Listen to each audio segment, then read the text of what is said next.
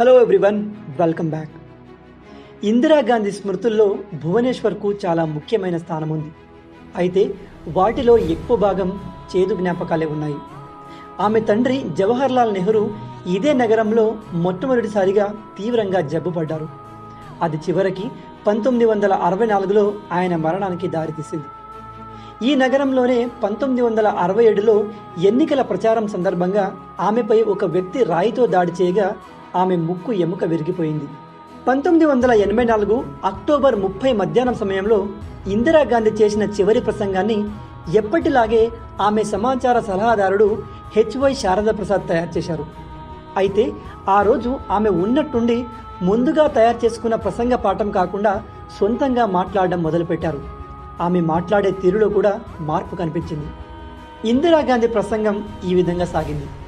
నేను ఈరోజు ఇక్కడున్నాను, రేపు బహుశా ఇక్కడ ఉండకపోవచ్చు.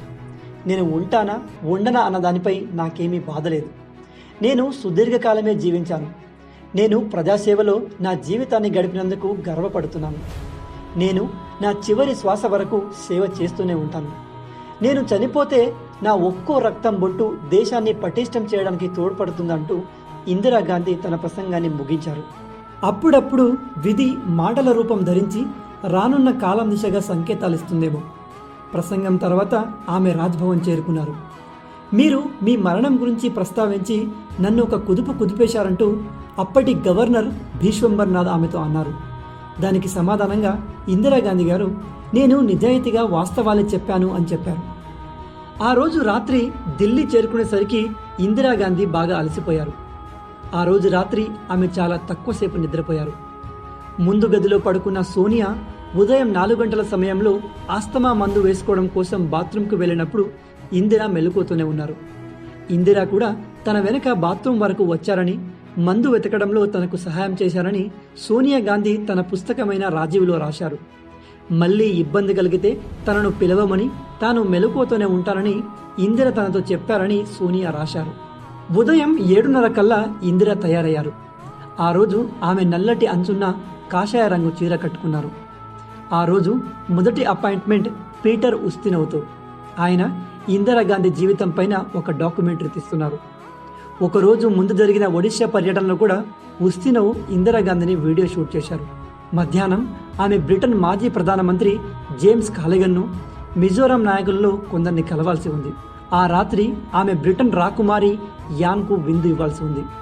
అల్పాహారం తర్వాత మేకప్ మ్యాన్ ఆమె ముఖంపై పౌడర్, బ్లషర్ అద్దుతుండగా డాక్టర్ కేఫీ మాథూర్ అక్కడికి వచ్చారు. ఆమెను చూడడానికి ఆయన రోజు వచ్చే సమయం అదే. ఆమె డాక్టర్ మాథూర్ని లోపలికి పిలిచి అక్కడే మాట్లాడారు. అమెరికా అధ్యక్షుడు రొనాల్డ్ రీగన్ అవసరానికి మించి మేకప్ వేసుకుంటారని, ఆయనకు 80 ఏళ్ళు వచ్చినా జుట్టు నల్లగానే ఉంటున్నట్టు మాథూర్తో ఆమె జోక్ చేశారు. 9 గంటల 10 నిమిషాలకు ఆమె బయటికి వచ్చినప్పుడు ఎండ తీవ్రంగా ఉంది. ఆమెపై ఎండ పడకుండా ఉండేందుకు ఒక సైనికుడు నారాయణ్ సింగ్ నల్ల రంగులో ఉన్న గొడుగును పట్టుకుని ఆమె పక్కన నడుస్తున్నాడు. ఆమె కాస్త వెనకాల ఆర్కే ధావన్, ఇందిరాగాంధీ వ్యక్తిగత సహాయకుడు నాథూరాం ఇంకాస్త వెనక ఉన్నారు. అందరికన్నా వెనక ఆమె private security officer sub inspector Rameshwar Dayal ఉన్నారు. అప్పుడు ఆమె ముందు ఒక సహాయకుడు టీ సెట్ పట్టుకుని అక్కడి నుంచి వెళ్తుంటే ఇందిరాగాంధీ అతన్ని పిలిచి ఉస్తినవ్ కోసం కూడా టీ తీసుకురమ్మని చెప్పారు. ఇందిరాగాంధీ అక్బర్ రోడ్ వైపు నుంచి వికెట్ గేట్ వైపు వెళ్తున్నప్పుడు ఆమె ధావన్తో మాట్లాడుతున్నారు. ధావన్ ఇందిరాగాంధీతో మాట్లాడుతూ, మీరు చెప్పిన విధంగా యెమెన్ పర్యటనకు వెళ్లిన రాష్ట్రపతిని సాయంత్రం 7 గంటలకల్లా వచ్చేయాలని చెప్పానని అన్నారు. ఢిల్లీలోని పాలం రోడ్డులో ఉన్న ఎయిర్పోర్ట్ నుంచి మిమ్మల్ని రిసీవ్ చేసుకుని ఇందిరాగాంధీ బ్రిటన్ రాజకుమారి యాన్తో విందులో పాల్గొనవలసి ఉందని కూడా చెప్పానని చెప్పారు. అకస్మాత్తుగా అక్కడ డ్యూటీలో ఉన్న ఒక సెక్యూరిటీ గార్డ్ బియాత్ సింగ్ రివాల్వర్ తీసి ఇందిరాగాంధీపై కాల్పులు జరిపాడు. బుల్లెట్ ఆమె కడుపులో దిగింది. ఆమె ముఖాన్ని కాపాడుకునేందుకు కుడి చేతిని అడ్డు పెట్టారు. కానీ అప్పుడే బియాత్ సింగ్ పాయింట్ బ్లాక్ రేంజ్లో మరో 2 రౌండ్లు కాల్పులు జరిపాడు.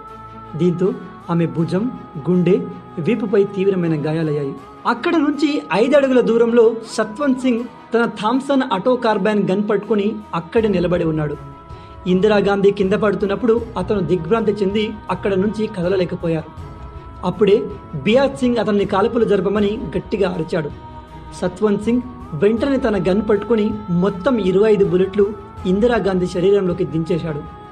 బియాస్ సింగ్ మొదటిసారి కాల్పులు జరిపిన 25 సెకండ్ల తర్వాత కూడా అక్కడున్న భద్రతా దళాలు స్పందించలేదు. సత్వంత్ కాల్పులు జరపడం మొదలుపెట్టిన తర్వాత అందరికన్నా వెనకాల నడుస్తూ వచ్చిన రామేశ్వర్ దయాల్ ముందుకు పరిగెత్తడం మొదలుపెట్టారు.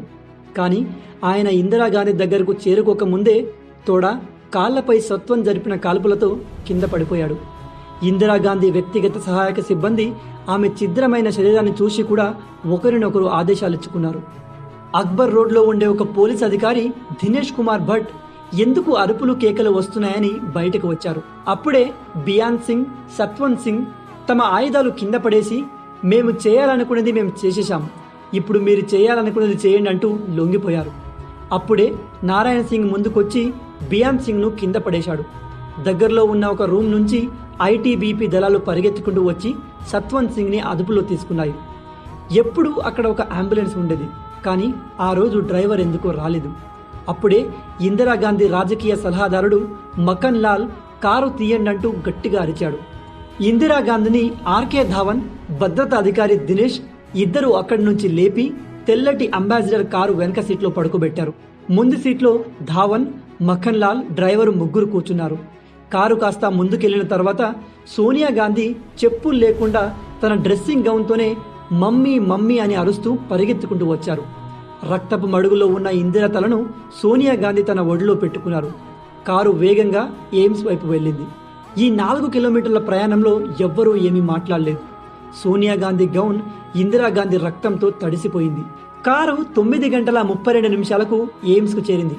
అక్కడ ఇందిరాగాంధీ ORH నెగటివ్ గ్రూప్ రక్తం సరిపడా ఉంది.